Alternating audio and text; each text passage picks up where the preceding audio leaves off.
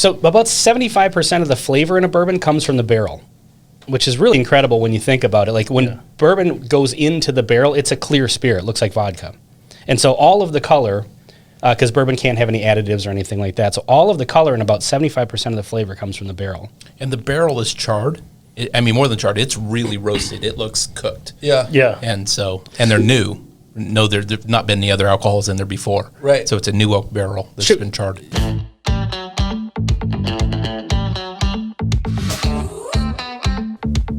This is the Buffalo Community Podcast, all about the greatest small town in the USA, the people in it, and how it all works together. Here are your hosts, Tyler Reiss and Mark Benzer.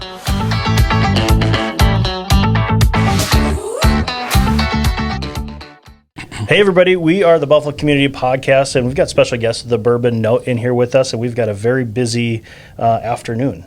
Let's make sure people know it's the afternoon. It's the afternoon. Barely, but it is just the barely. afternoon. It just ticked over. So Yep, we've got Greg and Ben with the Bourbon Note. They're a YouTube channel, but they're located right here in Buffalo, and they've been gracious enough to come and help us and learn a little bit more about bourbon.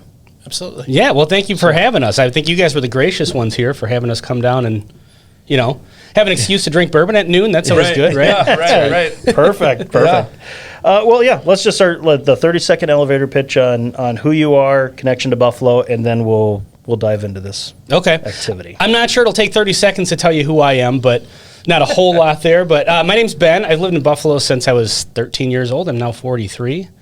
And Greg and I just decided to start this channel. Well, we started it in March of 2021. Just kind of had a same common interest in bourbon. And so we decided we kind of wanted to join the sort of the online conversation about it. There's a lot of bourbon channels out there. Sure. And so we just thought, hey, let's do our own thing. And then Greg came up with the logo and included Buffalo in it. So I've always liked that. It's got the Buffalo on it. It says Buffalo, Minnesota, so it kind of represents the town as well. Yeah. So, Yeah, That's awesome. yeah. love it. Cool. All right. And I'm Greg Welch. Lived in Buffalo for 14 years, and absolutely love it here. And we literally live across the street from each other, which makes it convenient for filming. Yeah. Yeah, especially when you're doing like a few of them at a time. Yeah. The short walk home is nice. Yeah. Perfect. I have a job in cybersecurity that keeps me pretty busy, and then I have a drone flying business taking commercial real estate photos. Cool. So That's awesome. That's my when I'm not doing the bourbon thing. Yeah. That's what keeps me busy. One of my quick questions is how long, before I forget to ask it, how long from like talking about doing a YouTube channel about bourbon until executing it? That's a great question. I have some things about that because actually at one point I had talked to a couple other friends before Greg and I really knew each other all that well. Like you weren't even the first one. He wasn't the first, but he's my only now.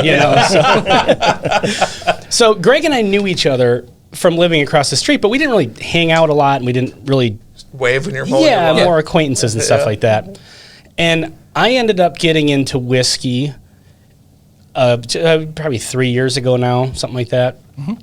I didn't really realize it was such a thing, such a fiendish collector's market for it and things like that. I just kind of got into it because I liked it, and Greg and I are both the same way on this. Like when I get into something, I really get into it, and I want to know everything about it, and I want to really kind of dive deep on it. Yeah. And so at some point, I started learning about it through watching Whiskey Tube, they call it, on YouTube. And so I just thought it'd be fun to start something up. So a couple of friends and I were kind of kicking around the idea, nothing really serious. And then I was going to do it by myself, and that just... And you filmed a couple of short reviews. I did, yeah. I filmed one that actually I was going to post on our Patreon at some point. It's never going to make the public YouTube, but we'll put that one behind a paywall. But that just kind of felt awkward. And so over the course of just kind of seeing Greg outside and hanging out, I kind of noticed like he was into bourbon too. And then one day we were hanging out. Kind of noticed. Kind of noticed. It's like he's always got one of these weird shaped glasses in his hand. It's crazy. So one day we were outside having a bourbon with our other neighbor, and he's like, well, come inside and see what bottles I've got. And when I went in there, I saw what he had on the shelf, and it's like, okay, he's into it. Like, you're not going to have that bottle or that bottle or that bottle if you're not serious about it. So after I tried to do the one review myself, it just didn't really feel right, and I kind of gave it a little time. And then I remembered a conversation that we had where Leah had mentioned, Greg's wife, had mentioned that he wanted to start a YouTube channel, and that had been like a year before. So I just sent him a text one day, and I said, hey, on this scale of 1 to 10, how interested in starting a YouTube channel are you? And he texted back, purple. So I was like, okay, that's Well, Greg's already started. that's the exact type of wit I'm prepared to tolerate. So, I love it. and so that's how it kind of started. And then we'd had a lot of practice runs at doing it and stuff like that. And Practice. practice runs. Yeah. Talking So about we're- practice. So we're both really obsessed with like the quality that we Yeah. produce. And I had heard someone say a long time ago, if you're going to start something, like film 10 episodes and throw them away. Because it takes some time to get going. We should have done that. we posted ours. I'm guessing you didn't have a Luke. No, We did for the not have first a couple Luke, episodes. yeah. We don't have a Luke either. We need to get a Luke. Yeah, exactly. I think we Everybody do. needs a Luke. Yeah. But through testing out different cameras and different microphones and really struggling with audio problems, and he's obsessed with the image, Yeah. and I really care about the audio. It took us a while, so we effectively threw away 20 episodes. Yeah. But Yeah. we got to the point where we kind of like, went from the Untitled Bourbon Note or Bourbon Show to, a name and a logo and Sure. kind of figured out what we were doing. And so, I love it. yeah. Well, let's get started. Otherwise, because we'll skew down that, and we want to get to this, but we'll sprinkle in conversation Sure. there. Who wants to get us started? Of what are we tasting today? So we brought in 4 bourbons, and we wanted to try to bring in some stuff that has kind of some different flavor profiles where you'll be able to kind of compare and see just the different nuances between them. And then we did bring in the Blantons, and I'm sure that if there are any bourbon enthusiasts watching this, they're rolling their eyes right now. Just bear with us. We know. That's why we brought it. So we wanted to start out with, we've got Evan Williams Single Barrel, Maker's 46, Old Forester 1910, and then the Blantons. So we're going to start with the Evan Williams Single Barrel, and that's on everybody's right. So this is an 86 proof Heaven Hill product. Everybody's probably heard of Evan Williams, I'm guessing. They have the regular black label and bottled and bond and some other stuff. So this is a single barrel bourbon. And what that means is so for example, when they make the main Evan Williams releases, to get a consistent flavor profile, because, they're aging whiskey and each barrel can kind of have its own flavor and stuff like that, they'll take, 1,500 barrels, blend them all together to get a consistent taste every time. Sure. So a single barrel is where they take one individual barrel and they bottle it up and push it out. So however many bottles they get from that one barrel is that particular release. This one's about 8 years old, which is a good age for, a fairly budget-friendly pour. This one's about $26, $27. And you can Okay. get it most places. Sure. So For date-wise, it went into the barrel October 8th, 2013. It's been sitting since 2013, so just think where you were, in your life then. Right. That's when this What went in. date? October 1st? October 8th. that's my dad's birthday. Oh, yeah. I was celebrating your dad's birthday. Yeah, there you go. Yeah, we're- Everybody was. Yeah. So we wanted to choose this one for the first one because this is kind of a good example of like a down the middle general bourbon that's not too high proof. It's easy to drink, but has just kind of a if you wanted to tell somebody, hey, this is what bourbon tastes like, this is one of those that's Sure. a pretty good example of And it. proof being something related to alcohol content. Yeah, so the proof is double what the alcohol percentage is. So if it's an 80 proofer, it's 40% alcohol. Okay. So this one being 86, it's 43. Look at that, So man. why? What's the point? What's the point of doubling? Like, why? I guess? I don't know. That's one thing Yeah. I don't really know. I think it's an American thing. I think it's Do they also do proof international. in other countries? so. Okay. So yeah, I'm not Take really the sure alcohol what the content, double it, and we'll call it proof. Yeah. For no reason. For no reason. absolutely. Prove it. Yeah, just to have another law in the This will books. get you maybe. drunk. Yeah. Prove it. All right, it's time. Let's give All it a right. try. All right, cheers, guys. Here we go. Cheers. So before you drink it, You already said cheers. well, usually what you do with a tasting is kind of nose it a little bit first, Yep. if you want to do that. I know do. you're excited I do. to really get in there. Yeah, no, I want to follow the rules. Well, there's no rules, but this is just to get the best experience out of it. And if you're going to go home and try it, it's good to kind of coat the glass. If you watch our channel ever, you'll kind of see us doing this a lot. Okay. Where we'll turn the glass around and just kind of swish the whiskey through it. And that just kind of kills the dishwasher taste of the glass that gets on there sometimes. Exactly. So, get in there, keep your mouth open a little bit, and then just kind of gently, you don't want to get in there and just sniff alcohol. Okay. Which Like is kinda what I was sting- doing. I was just did that. Yeah, Yeah. I don't have Stings nose the hairs nostrils. anymore, but we're good. So that's all kind of part of the experience. Takes forever to get to your mouth. Yeah, that's right. Yeah, It's it a does. journey. Yeah. And you want to do fairly small sips. Yeah. You know, you don't want to overwhelm your palate with it. As much as I love bourbon, even I don't like a huge, Right. a huge chug of it, Yeah. because it gets overwhelming. So what we do on our channel is kind of taste these bourbons, break them down a little bit, and kind of talk about what we find in them, Yeah. flavor-wise. There's so many different flavor notes that you can pull out of it and stuff like that. And so we tend to just talk about that. And if people are watching and they're trying to maybe learn about a particular bourbon, they want to know if they should go buy it or what it tastes like. That's kind of what we do. So before you guys say anything about flavor notes, if you had to pull out a flavor, what would you pull out of there? I'm so bad at whether it's wine, I don't.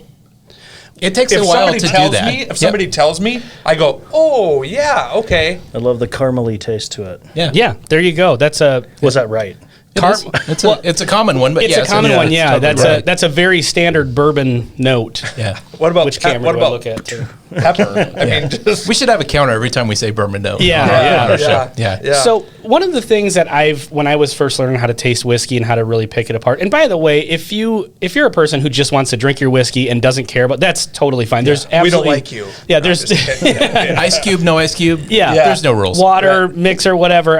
The one consistently agreed upon thing within the whiskey community online is the best bourbon in the world is whichever bourbon you like, however you like to drink it. Love There's it. no Sure. snobbery involved in it. It's, we just do them neat like this because that's the best way to really just kind of Yeah. taste just the bourbon Yeah. itself uninfluenced. It wouldn't be the same if we're like, all right, let's With get Coke. some If Cokes you mix over Coke, here. yeah. Right, yeah. If you poured Could I all get a these into Blanton's Coke, Coke? yeah, it'd be hard to, You'd to pack pick up them and apart. leave. Yeah. Mix them together, throw some Coke in there. Or, yeah. No. So the one thing that I learned when I was trying to figure out how do you, because I was the same way, I taste it and was like, it just tastes like whiskey in general. Is just think of what it reminds you of. Is there something in particular that comes to mind? I'll drink a whiskey and there's something there and sometimes I can't put my finger on it, what the flavor is. And then it's just but it reminds me of this day or this time I was out having dinner here or something. And then it's this reminds me of that dessert I had. It's caramel, it's vanilla, it's... As an example, imagine blue cotton candy, at the fair, and then take another sip, and you can pour more if you like, but if you like it, I was I don't want to picture blue cotton candy. Oh well, okay, Sure. Okay, sure. pink cotton Okay. candy. Yeah, okay. Oh, perfect. but just some sort of flavor that you can identify with. And Sure.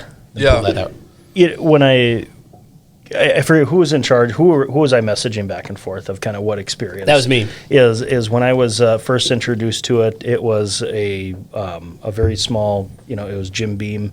And he told me, he's like, well, oh gosh, man, that really burned me. He goes, well, put an ice cube in it. Sure, or just a splash of water and how it really toned it down. And then worked up a little bit of oh, I like that. And I said, Woodford Reserve is probably my go-to. And it's more of a winter thing for me. Mm-hmm. Okay.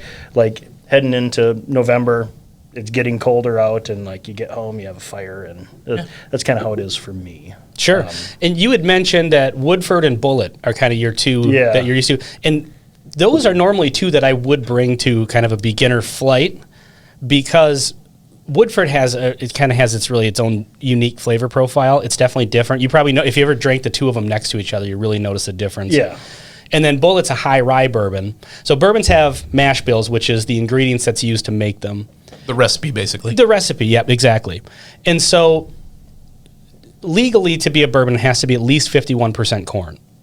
And typically the secondary ingredient is rye and then a bit of malted barley for the enzymes that help break things down. So Bullet is a high rye bourbon, whereas most of them have a, X amount, say 8 to 13% rye. Yeah. Bullet, I think, has 28% or something like that. Sure. And that rye really gives it a different flavor. Adds a lot of spice to it, kind of those baking spices, clove sort of notes to it. Yeah. Yep. And so that's a good one to bring in and compare against just a regular bourbon or a wheated bourbon, which is our next one, the Maker's 46. Do you take a swig of water between them? I would That's a good recommend idea. it, yeah. Just to kind of So- clear it out. Is there anything that you're noticing off the Evan Williams that you're getting? Caramel was one. I was going down the line of the spice, the pepper, clove. I mean, that's But in my head, I would say pepper is always going to be where my head, just because if you get that heat or the burn. Sure. And I'm always going to go to pepper. Maybe I won't. That's a very common note that we pick up on bourbons too. Yeah. And some of that is, so about 75% of the flavor in a bourbon comes from the barrel, which is really incredible when you think about it. Like when bourbon goes into the barrel, it's a clear spirit. It looks like vodka. And so all of the color, because bourbon can't have any additives or anything like that, so all of the color and about 75% of the flavor comes from the barrel. And the barrel is charred.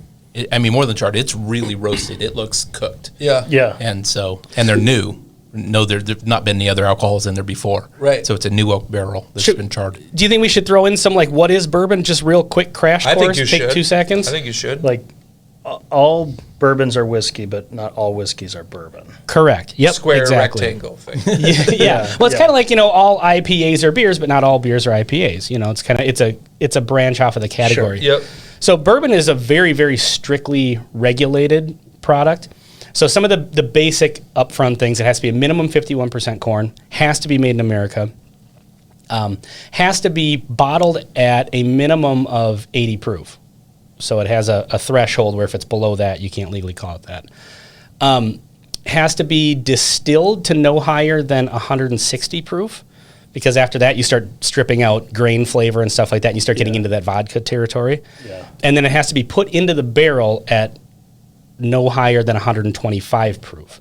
And so it has to be aged in a new charred oak barrel, or charred oak container, so barrel, but I guess legally you could put it in a charred oak box if you want to. And there's no minimum. A lot of people think that there's a minimum aging requirement, and there isn't for just bourbon in general. But if you want to call something a straight bourbon, like you've probably seen Kentucky straight bourbon. Yeah. So a straight bourbon has to be at least 2 years, and if it's less than 4 years, it has to have an age statement. Okay. So it's kind of confusing. So if you got a straight bourbon, it's at least 2, and if it doesn't say anywhere on there age 3 years, then it's 4 or more. Sure. And it has to be from Kentucky if it says Kentucky. Yep. But it can be otherwise anywhere in the United States. Yep, bourbon can be made anywhere in America. A lot of people don't know that, too. They think it's just a Kentucky thing. But Kentucky does it best. Yeah. Okay. Are you Scotch fans? I like Scotch a lot. We're not quite as into it like we are. Yeah, I don't know it anywhere as well. Yeah. But I do try Scotches occasionally. I have some. Yeah. I'm like the opposite. I'm like not a fan at all. Scotch. You're not a fan of Scotch It at all? sounds cool because of Anchorman, but that's about it. It's a whole different animal. Scotches are typically a malted barley, like 100% malted barley. Like a single malt Scotch is a 100% malted barley mash bill from a single distillery. That's one of the confusing things. Like single malt, there should be a comma there, because single malt doesn't mean one single malt. Single means single distillery. Malt means malted whiskey. Sure. So I think they threw that on there just to throw people off. As we go to the next one, where do you guys record it? Whose basement is that? That's his. In my basement, yep. It's a cool setup. I like the lighting. Thank you. I like the bar. It's neat. You're okay. I'm assuming you're okay with us linking your YouTube channel to these videos here. Yeah, so people can go absolutely. check We'd love them that. We're out. going to do the same thing with this Perfect. one. Sweet. It's really cool. One of the questions I wanted to ask is more of just okay, we better be doing something with this, because we have a lot of bourbon here, and our wives are probably not going to let us keep doing this unless we start producing something. How did that conversation go? It's a fair question. And so I started collecting bourbon a couple of years ago, and I was doing Instagram reviews. So I would buy bourbon and do reviews. And so then when I met Ben, we started talking, and he saw my collection and said, we should do something. And it totally is a justification for buying more bourbon. Totally. Yep. I mean, it really is at this point, Yeah. And sometimes it makes it difficult, too, because I'll go to the store and I want to rebuy like one of my favorite bottles. I finished a bottle of something that's one of my regular drinkers, that I really like. And then I'm standing there, it's like, well, we've already reviewed that one, though. So if I'm going to spend the $50, maybe I should buy something new. different. So You can do a different, episode. Find a new favorite. yeah, so sometimes I end up skipping out on my favorite bourbons just to get a new one to do on the channel. And most of the time, Sacrifice you have to make. I man. know, man. The cross I bear to do this channel. It's really to do this job, you have a to do this job. Yeah, we were just saying in one of our recent episodes, we're like, I'm just going to consider this a side job, because then it's like a good justification for sure. Yeah. Yeah, For but sure. luckily we have supportive wives that don't mind. Like my wife is just kind of like, hey, you spend your money on whatever whatever you want to spend it on. That's good. Cool. So we're moving on. Moving on. Yep. So the next one is Maker's 46. Do you want to talk about it, or do you want me to give the little rundowns of these? Or You can do it. You probably researched it closer than I. well, it's just my vast treasure trove of knowledge. That's what it is. Naturally. All right. So Maker's Mark Go is fast. I'm thirsty. okay. So Maker's Mark is a wheated bourbon. So remember I said that usually the secondary grain is a rye. Yeah. This one they take the rye, shove it aside, and they do wheat as a secondary ingredient. So it's corn, wheat, and malted barley. And what that does is adds a sweeter flavor to it. A lot of times it adds a little bit of a bready sort of flavor to it. But there's still spice. I mean, it's still a whiskey. And with Maker's 46 in particular, what sets this apart from the regular Maker's Mark, which is also good, that would have been another good one to bring in, but we wanted to bring in something that was just a little bit different. They take 10 extra staves, wood staves, like the pieces of the barrel, after they make the whiskey, and after it's already aged and ready to go, it would be normal Maker's Mark, but then they take 10 extra barrel staves, and they char them to a certain level or toast them, depending on which recipe they're doing, and then they shove those inside the barrel, and then they let it sit in a limestone warehouse for an extra 3 months. So it gives it extra flavors off of that secondary influence from the wood. So this one, again, is going to carry with it kind of a sweeter profile, but that stave profile is going to add a little spice on top of it. But it's definitely going to be a noticeable difference from the Evan Williams. I gotta try it first. Give it a shot. Let us know what you think. Out the nose, that's worse than milk. I got a lot more sweet. Yes. Like that was spice. This is Starts sweeter, for sure. Yeah. It reminds me of Christmas, because I always see one of these passed around the whatever office parties or not passed around. It's a great office party, but it's always in a It's a gift. somebody always wins one of these things. And you said this was about $20-$25. What's this? That one varies so much for some odd reason. I'm not exactly sure why. If you go to Total Wine, it's $30. It used to be $25. If you go to an average liquor store anywhere, it's $35 to $40. So I would say if you're looking to get one, I'd say $35 is probably an average price for it.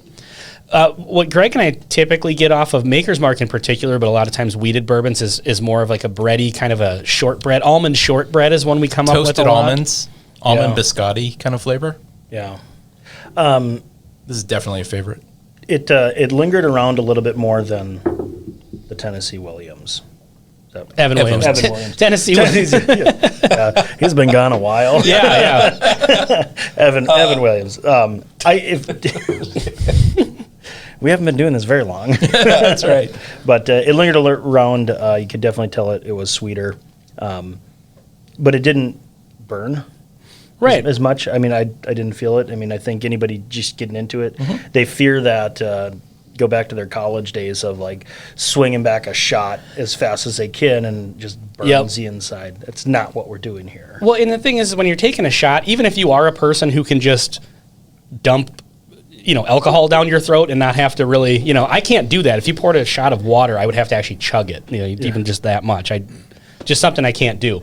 So if you think about it, you're pouring, an ounce and a half, 2 ounces, sometimes 2.5 ounces, depending on what bar you're at, of whiskey into your mouth at one time. And it's really not meant to be drank like that. Like as far as the flavor it's trying to bring, I mean, you can drink it however you want, but you're definitely not getting the best flavor. Or the best experience.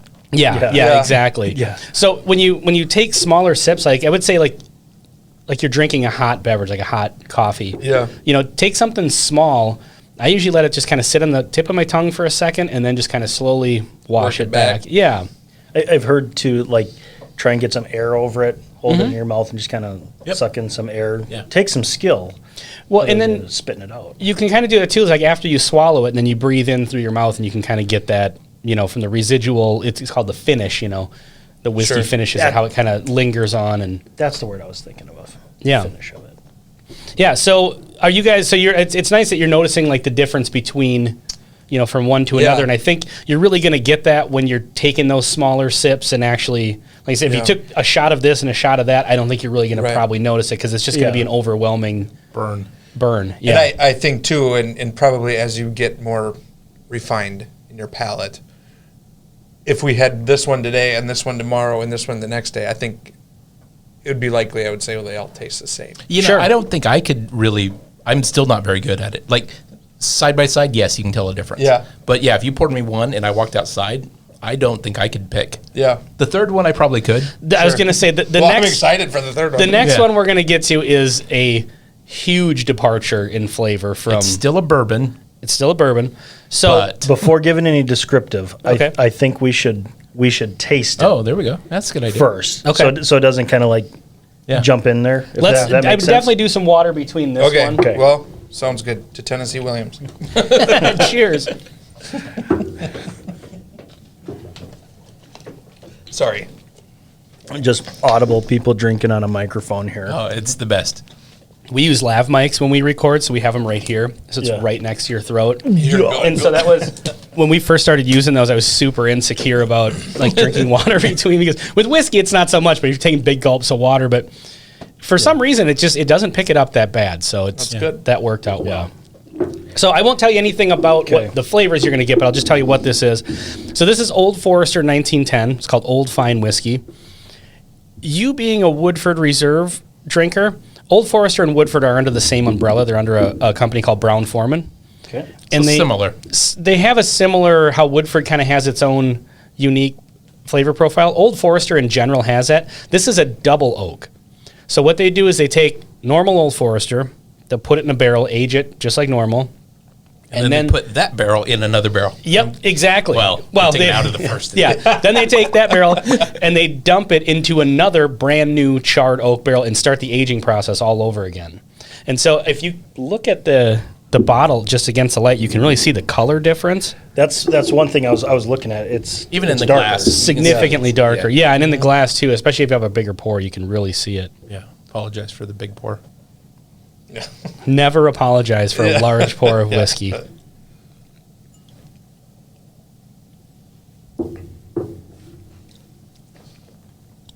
That's like that coats your mouth a little bit more. It's That's like a little one bit of, of a that's creamier. one of the key identifiers. Yeah. And I don't know if it maybe it's just because of the coating that I say cream, because I don't know if it tastes creamy. It's just feels like a thicker consistency. It does. It has a lot of viscosity to it, and that's at Boom. when you get So it's older- oily. Oily, yes, yeah, exactly. When you get older age bourbons, a lot of times they'll have that. So this being a double oak that's essentially been aged twice. Now the second aging process it goes through is not very long, but just the exposure to a brand new, freshly charred oak barrel to already aged bourbon kind of just adds that extra layer to it. The first thing I noticed, I'm tasting it on a different part of my tongue, That's another. on the sides of them. Yep. That I am too. I had no idea, but until Okay. you pointed it out, It's- yeah. So the way I describe it is it's really oily, and that oil really like grabs the flavors and pushes them to your tongue and then holds them there. Yeah. And so you really get the intensity of it because it's really oily and it sticks. Yeah. And I think that kind of causes it to linger a little bit. Yep. You bring that up in our videos sometimes about how that oily intensity, like you just said, kind of causes that flavor to linger for a while, and you get to just Yeah. sit there and enjoy it for a couple Yeah. minutes without Right. having to take Yeah. another sip. And I almost coughed. And I don't know if that's just because it hit me differently or if it's because it's just I mean, it's I alcohol. had to kind of, you know. Yep. I cough a lot when I drink just straight alcohol or even like red wines or something like that. For some reason, it makes me cough, even if it's not a particularly Yeah. Sure. high proof one. I enjoy that. I mean, Definitely The a mouthfeel. departure in flavor profile from the last two Yeah. for sure. I'm really getting cinnamon on this one today. really. Which is, it's pretty cinnamon forward. Much more the baking spice, cinnamon. yeah. I'm with you. I always get really dark flavors on this one. Yeah. I get the cinnamon because it does have that spice to it, that we always get with Old Forester in general, kind of like that molasses sort of vibe. A little bit of cherry from the extra barreling. I can taste that cherry. Yeah. Yeah, I like that. Do you ever, when you have, we'll call them rookies, and we'll be considered rookies for this for sure. You I mean, caught on. do you see people who are absolutely just full of crap when they try and like, oh, yeah, I can taste that, or like they're like, you shouldn't be tasting that, does anybody try and pull a fast one on when you're trying to introduce somebody and they maybe are stepping into the big leagues and So obviously you can try to show off and just make stuff up. That's what and I there meant to say. are plenty of people who do that. However, Just don't know. it's some of it's just memory. Flavor is very powerful, and you can be taken back to when you're 12 years old riding on a bike. Drinking bourbon. Yeah. No, a different flavor. Different flavor. Greg's childhood was awesome. Right. You start out at 9 drinking beer. Yeah. You move up to You move up to by the time you're 12, you got the bourbon. right there. I don't know. Maybe you didn't grow up in Buffalo. But Not at all. No.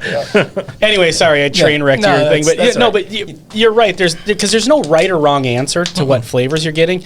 It's like Greg said, it's memory. Flavor triggers memory, and smell is actually one of the more powerful triggerers. Is that a word? Triggerers? Sure. Now it is. Of memory, and that's why it's also important if you really want to experience the whiskey is to take some time to smell it a little bit too, and it's a big part of taste as well. Yeah.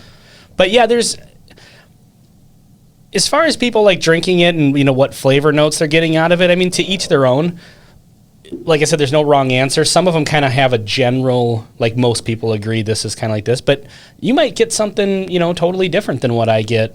Yeah. And which is a terrible sales pitch if you have a whiskey show on the internet where you're tasting whiskey and telling people what it tastes like. Yeah. Like, Sure. Well, don't take our word for it. Yeah. tasted Right. it wrong. But yeah, I mean, it's like everybody's going to have their own experience with it. But every once in a while you get somebody who starts talking about whiskey and you can tell they don't know what they're talking about. But typically, every bourbon tastes like caramel and vanilla, Yeah. and maybe black pepper. A little bit of that barrel. Yeah, Yeah. Yeah, Which I those like. are kind of the building blocks Yeah. of the Right. Yeah. right. Which I like. But if you get too flowery with your language Yeah. and talk about, Right. the sea breeze The or ti- anything like the that, you've probably tans. gone too far. Yeah. Yeah. Tans, you're like, you Tastes were like- reading a wine blog. Yeah, or you just have a much more refined Right. palate than I Right. ever Yeah. have. I'm So getting a lot of yeah. Sour Patch Kid here. I don't know. yeah, we were actually doing a Patreon. So we have a couple Patreon supporters, and so one thing we do is we do like a Friday nights. Every other Friday night or every couple Friday nights, we'll do like a Zoom meeting with them, and we'll just what are you drinking tonight? If I've got the bottle, we'll drink it together and just kind of hang out and chat. And that's been one of the really cool things about having this channel is just interacting with people and Creating a community of people Yeah. to hang out. Yeah. And so the first time, and I got to call him out, David, the first time he was the first one we did a Zoom call with, and we had the same bourbon, and he was trying it for the first time. And so we were like, all right, well, cheers, let's try it. And right away he goes, I'm just really getting notes of salmon. That's really all I'm getting, just salmon up front. And of course he was joking, but I didn't, I just met the guy over the computer, and so we had, chatted back and forth on the internet. I'm like, really, salmon? Yeah. And he's like, no, I'm just kidding. That is the worst. He might have been testing you to see if you agreed with him. Yeah, You're I like, guess I passed the test. Yeah. It's like, really? You called him out on it. Yeah. Leah, do you get into bourbon at all? No. That's great. I get I hope that into- picked up audibly. I get into bourbon hunting because I like the pretty bottles. Sure. So I'm fine with him spending money on. Yeah. Perfect. Wives, take note. So bourbon hunting, and that's going to maybe bring us. That's a nice segue into Yeah, this totally. last bottle. I know you're the itching pretty- to drink to the this. pretty I've seen you bottles. lift it up a couple of times Right. here. So this is Blanton's. So within the whole bourbon community, there's a big bourbon craze going on right now.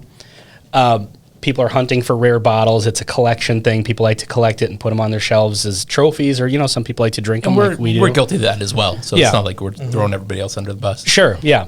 But it has created this whole underground market called the secondary market, where these rare bourbons like Blanton's, whenever people do see them, and most of the time you're not going to, you have to pay a bunch of money for them and get into a lottery or whatever. But whenever people do see them, either they pay huge amounts of money for them that they're just simply not worth, or if they get one at a decent price, they'll go on the internet and they'll sell it. And they'll flip it for 5 times what they paid Can for you do it. that legally?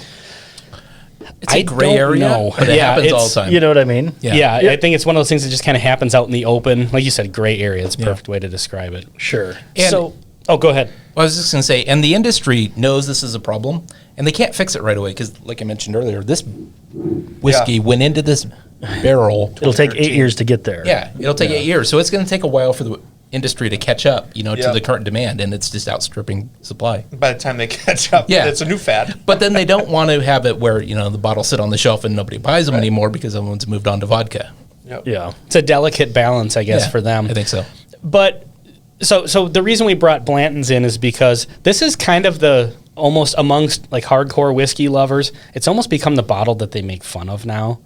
because It You is. mentioned something earlier. Yeah. You're Yeah. like, and they're probably just, so I'm about to hear that story. I Yes. guess. Yeah. So Blanton's has become, and there's plenty of other bottles that are even rarer than this. But it just it got the reputation of being the one to hunt. And so this one has there are certain bourbons that only people that are really into bourbon know about that are rare. But it seems like everybody knows about Blanton's. Like, even if you're not super into it, you see that bottle, you know what it is, you know it's a rare. You see the horse. Yeah, you see the horse exactly. on top. It's the fancy bottle. You've heard of it someplace. And a lot of times, unfortunately, what happens is even liquor stores will do this. Most liquor stores, if they do put this on the shelf, that's a $65 bourbon. MSRP is what it should be. And I paid $65 Yep. Yeah. They'll charge you $200 for it. or more. Yeah. Yep. And so, unfortunately, this being a bourbon that people who aren't especially into the community of it know of as a rare bourbon, they kind of get trapped into that. Sure, And a lot of sure. times end up getting taken advantage of, getting ripped off.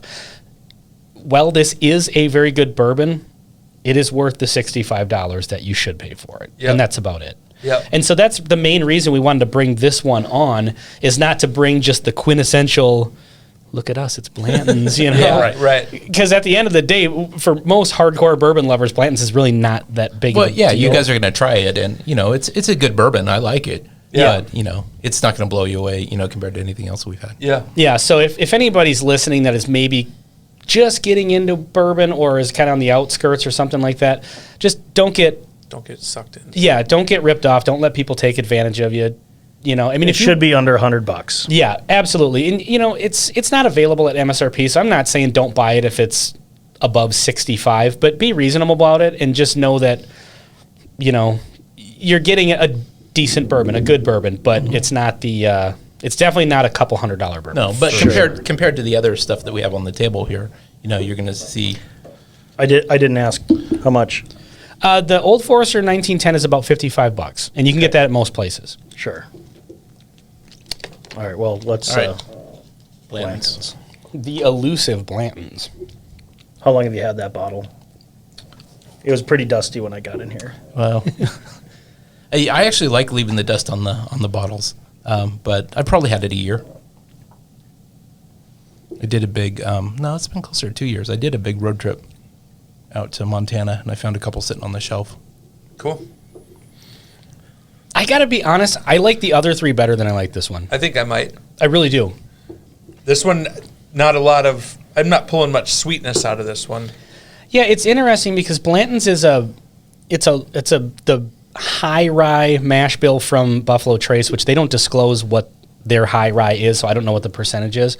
But that high rye gives you a little bit more of that spicy sort of vibe. It's only aged like 6 to 8 years, I think. I can't remember exactly what it is. And what is it, 93 proof, if I remember 93. correctly? Yep. So that's the thing. Like when you have it for the first time, especially if you paid $200 for that bottle, I mean, would you, Yeah. Well, if you paid $200 for it, you're going to lie to yourself. Yeah. And go, This is "Oh, the that was best good." Man. bourbon I've ever had in my life. Got a Try good it. deal on it, too. And I think that's probably what a lot of people end up doing, Yeah. I agree. And so, yeah, it's just one of those things where it's like, and the other thing is, we maybe didn't treat this one fairly because it is at the end of a flight of 4. So whatever you have beforehand will kind of influence, Sure. how the next one is going to taste. But for the reputation it has and for what people pay for it, it better be able to stand up to 3 other bourbons in front of it. Yeah. Yeah. Yeah. What I'm getting, more vanilla and caramel. I mean, it was And I totally agree. That's what I'm getting to. like this one. I'm tasting it more on the side of my tongue. This one is like shooting straight down the center. Yep. But I feel like it does have a little bit more of that lingering taste, but it could be just because it was 3 right before that. Sure. But more of a personal question, in your own collection, if you mind sharing, what's your expensive bottle? Most expensive for what I paid for it, or most expensive Let's go value. Okay, so value of. Sure. So here's the thing: secondary market value, or so I'll give you 2. Whatever would be most impressive to our listeners. The most expensive one I've ever bought was about $170. It was a Wild Turkey product called Wild Turkey Master's Impressive Keep for Revival. Wild Turkey. Yeah, Wild Turkey is actually one of the more respected distilleries out there. It's kind of funny. That's another thing when you get into bourbon. Like you think of Wild Turkey, like I remember just taking shots of it. It's like, this is rot gut whiskey. We can just, it's 101 proof and whatever. It's actually, Wild Turkey 101 is one of the best bourbons out there. Okay. If you consider pound for pound price, availability, and quality, it's outstanding. Mm-hmm. Yeah. And I never would have known that from the way I used to treat it back in the day. Right? Yeah. So they release a special release every year called Master's Keep, and they're different every year. And this one is they're like 16-year-old bourbons that are secondary aged, kind of like that Old Forester was, in 23-year-old Oloroso sherry casks. So it picks up a lot of flavor from that. So that was a special one. I actually bought that to crack open the night of my daughter's wedding. Oh. And then the other one that I have that would be the most valuable maybe on the secondary if people want to do something stupid and pay secondary prices for it, is the Rip Van Winkle.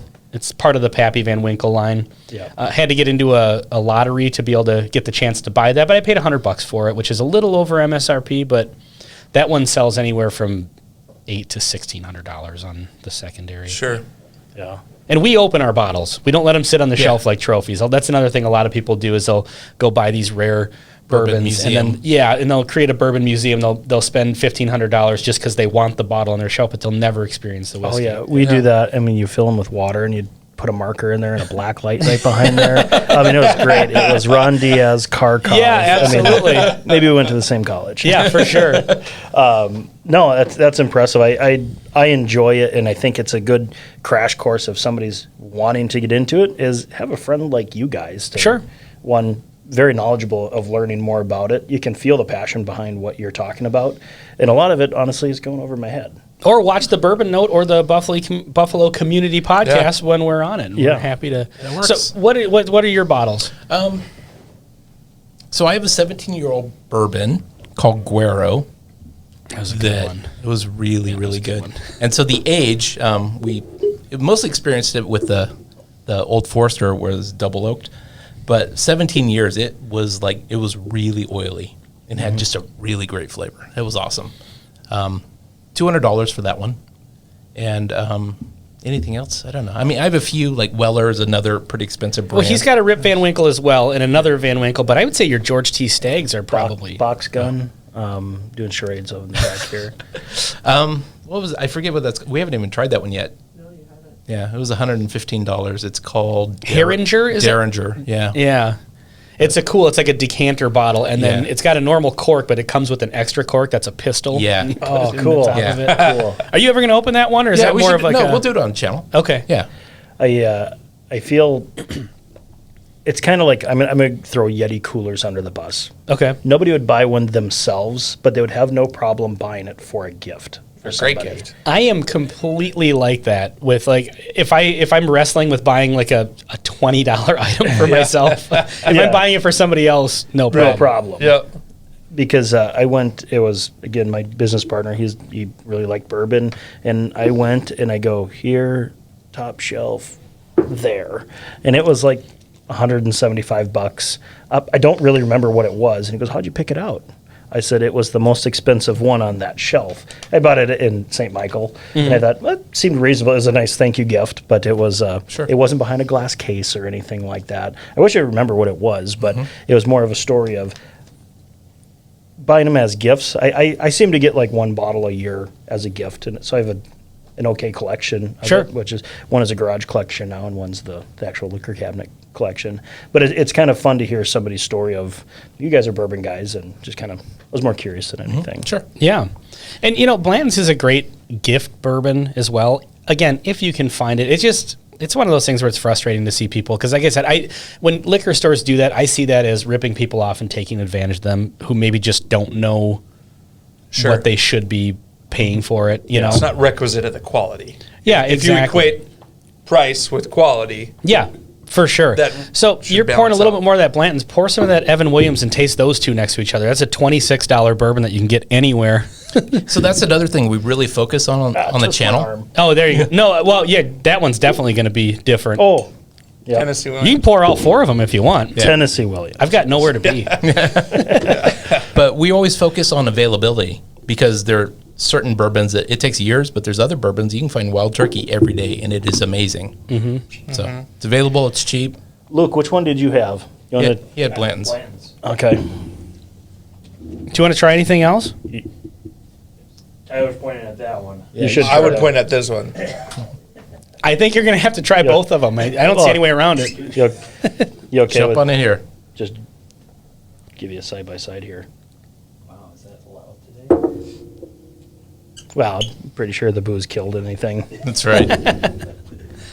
I think we can do that now, right? I mean, it's Yeah, Yeah. it's a PC. we're in the safe zone here. the tree and the.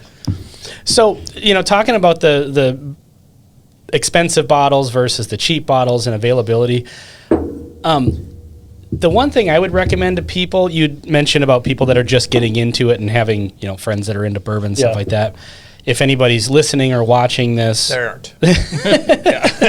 well, you know what? I'll tell you what. I talked to my son-in-law earlier today. Yeah. And I said he's got a water issue going on at his house. And I said, well, I come out there and they've got a well, so their well pump went out. And I said, well, I'd come out and take a look at it, but I'm going to go do this podcast.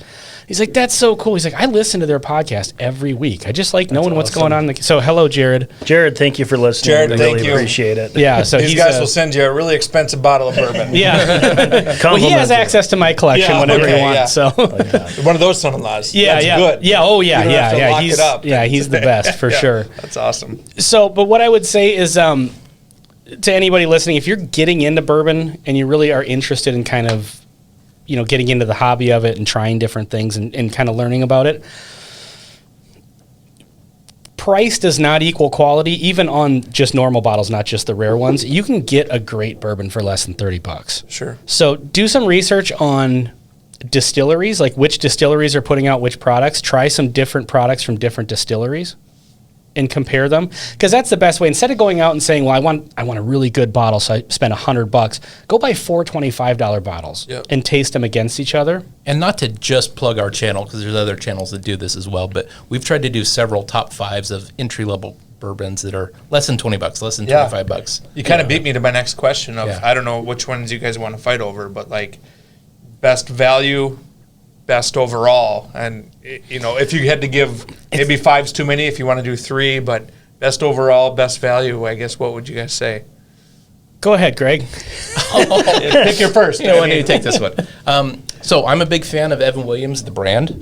They have several different, they have their black label.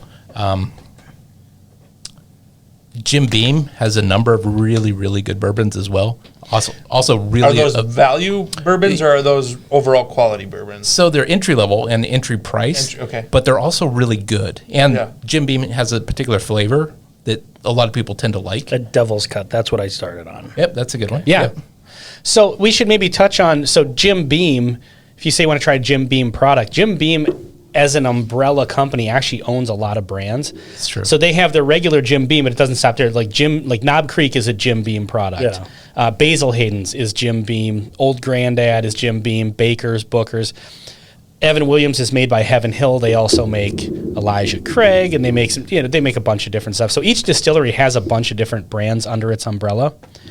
And so it's kind of fun to when you say get a Jim Beam product, I think you're talking more of like the standard Beam line. Could be, yeah. But the reality is there's probably 8 different Jim Beams with different Yeah, either for sure. flavors and I don't mean like artificial flavors, but like Prohibition Batch or the Double Oak or whatever. Yep. And what I would actually recommend on that note, this is something I actually wanted to bring up, is I know this isn't the most popular take in other aspects of trying new things, but with bourbon it really is. When you're first starting out, try a couple of things from the big guys, the big distilleries. I know if you're telling somebody, hey, you should get into beer and beer tasting, you're not going to tell them to, get some Coors, get some Bud Light. Anheuser-Busch. Yeah, you're not Yeah. going to tell them to do that. But bourbon, whiskey in general, takes time. And lot of time. And I would encourage people to explore craft distilleries, but maybe after you've developed a little bit more of a palate of what bourbon is and what you like, because the big guys that have been doing it for a long time, they have those aged stocks of bourbon where they can push it out. Whereas a new distillery, sometimes they have to push their bourbon out at 2 years or 1 year or 3 years, or sometimes they source it from other distilleries, which there's nothing wrong with that. Because rent is due. Right, Yeah, exactly. It's a hard business to start because Yeah. you create a product, then throw it in a warehouse for 5 years. Yeah, and with it's- no income coming in. Right. You know? Yeah, exactly. Like you invest all this money. It's a terrible business model. Yeah, It really exactly. is. I don't. If show me a worse one, I don't Right. know. Yeah, you Other should have people should started do it, 5 though. years Yeah. ago. Yeah. Yeah. So yeah, I agree with Greg on like a Jim Beam, but maybe instead of trying just the regular Jim Beam white label, try the Devil's Cut or the Double Oak or the Black. Instead of trying just the Evan Williams Black label, the common one, which is good, try the single barrel. Because that's where you can kind of get a basic bourbon for cheap, but you get a little extra, something out of it. Yeah. Try the Maker's Marks, try some weeded bourbons, do a little bit of research, but you don't have to spend a lot of money on expensive bottles, especially when you're new to it. Because Right. the most important thing is really finding what flavor profile you like. And the best way to do that is just to try a bunch of different things. And I almost wonder too if the money's there and you did want to buy a $100 bottle and compare it to the 20. I mean, that would also be a good Yeah. Hey, like this. Well, yeah, that's why I said there's pour not some of that much- Evan Williams Yeah. against that Blanton's, and you'll see that it's, Yeah. But Save then you the- can pour the Evan Williams against that Old Forester, and they're worlds apart. So You what know. we found, kind of to your point, is money doesn't seem to be a good indicator. Yep. But bourbon needs something, and it has two real options. It can either be older, and that really helps, or a higher proof. So if you get a young bourbon that's 112 proof, that could help it, or an older bourbon, 80 proof, could be better. Yeah. So those are the options that are available. But money really is not a good indicator of quality. Yep. Well, especially a lot of craft distilleries, they're more expensive, Yeah, they and tend more to be. power to them because they're engaging in that terrible business model, so they have Yeah. to charge a little more for their products. Yeah. And again, I would encourage people to explore those, but it doesn't always. Yeah, it's not always an indicator of quality or taste. Sure. So and then so the proof thing is also another thing where when bourbon comes out of the barrel, it's a much higher proof than they cut it with water to tamp it down to a reasonable proof that's palatable for most people. But when you do that, you're also watering down all the natural flavor of it. So it's kind of a balancing act of finding The sweet spot. the sweet spot. Yeah, and the further you get into bourbon, you get used to drinking it, you start to really enjoy those high proof ones. Yeah, that was going to be a comment I made. It was, again, when I first started, it was ice cubes, everything. Here, I mean, it was much smoother after that first bite. You Sure. know, I mean, anybody starting that could stop them right away. It's Yeah, like, oh, man, sure. I smelled it, and I don't have nose hairs, but I don't want to say fight through it because it shouldn't be a battle, but sometimes it is. And by the time, I mean, I think we've had an equivalent of a shot, maybe a shot and a half. Sure. It's pretty smooth. I mean, Yeah. and it was like, oh yeah, it just developed a little bit more of a flavor for me, and Yeah, because you're not being overwhelmed by the alcohol of it and stuff Right. like that. Yep. So yeah, that's another thing where it's quantity, how much you're taking in at once. Yeah. Do baby steps when you're tasting whiskey. Take little. right in the middle of the back swig. It was a baby step. That's if you don't like the Yeah. alcohol punch. But there gets to be a point where you get further into it where you really like that alcohol punch. Like we've got, I think the highest proof one I have on my shelf is 141 proof, 141.6. It's 70%. It is. Yeah, it's- a punch in the face. It really is. It cannot be transported legally on a commercial airline. It has too much alcohol in it. Apparently, And again, 70 is the cutoff. Is that so- what you asked for when you went to the store? I need something you can't take on a Yeah, plane. I need They some said, "Follow hazmat me." level. Yeah, Yeah. yeah. I love it. That's great. Is there anything that we're missing? That you want people follow the Bourbon Note on YouTube. Yeah. I would just say that, obviously bourbon is an interest to us, but it's not just about the liquid. It's about the community, and it's doing this. It's having fun and, Yeah. meeting some people. And we meet people on Friday nights and just, have fun and drink. Good way to meet your neighbor, I hear. Exactly. Yeah, absolutely. And that's And- that's really been probably the best part about having this channel is Greg and I have become such good friends throughout doing this. We were kind of acquaintances when we started. Yeah, I Yeah. would consider him a friend, in the neighborhood or whatever. But, now we get together a couple times a week and, just kind of take some time to set aside to do this. That's the other thing is, these bourbons are aged long, years and years and years it takes. It took 8 years to make the drink that's sitting in your glass right now. It's a pretty amazing thing if you think about it. Right. And so bourbon is really about time. And so it's about, like you said, with the community and spending time with other people and just taking some Yeah. time to sit and enjoy something you know? Right. And that's really kind of my favorite part about the whole thing. The irony just dawned on me that somebody might take something that took 8 years and take it like a shot and drink it's it weird, and isn't like it? Under, a second. It's like give it a woo. Yeah, exactly. Take some time to enjoy And it. the person who created it's going, oh my gosh. That's right. Well, and you can go even deeper than that. The barrels that the whiskey is aged in is made of trees that are on average 75 to 90 years old. Yeah. And 75% of the flavor in that bourbon is coming from that oak. Yeah. So if you really think about it, get down to the ones and zeros of it. I mean, it's a pretty amazing thing that's happening in your glass right there. Yep. So correct me if I'm wrong, and I think this will be the last thing is like when people say, well, I'm just going to buy a 12-year-old and let it sit for 8 years, 6 years, and become an 18. It doesn't work that way. Does not work that way. It's aged in the barrel. In the barrel. Whiskey does not age in the bottle. Wine does. So that's a difference between whiskey and wine. Is wine you can bottle it and then it becomes a vintage for however long it's been sitting in the cellar. But whiskey does not. If you've got a 6-year whiskey and you let it sit for 20 years, it is not a 26-year whiskey. Six-year It's still a 6-year whiskey. Yeah. And the heat in Kentucky is pretty hot sometimes. And so there becomes a point where it maybe gets too old. Right. And so you will find, and I found this recently, where there's some 12-year-old bourbons that taste like they're Over oaked. Sure. Okay. So, yeah, I mean, that's something else. Don't pay for something. The older is more expensive, Yeah. Not always better. but not always better. Sometimes it is, but Sometimes, not always. Because bourbon's aged in a brand new charred oak barrel, like we said before. So you're really getting exposure to just that raw material, whereas something like Scotch can tolerate a longer aging because Scotch is aged in used barrels.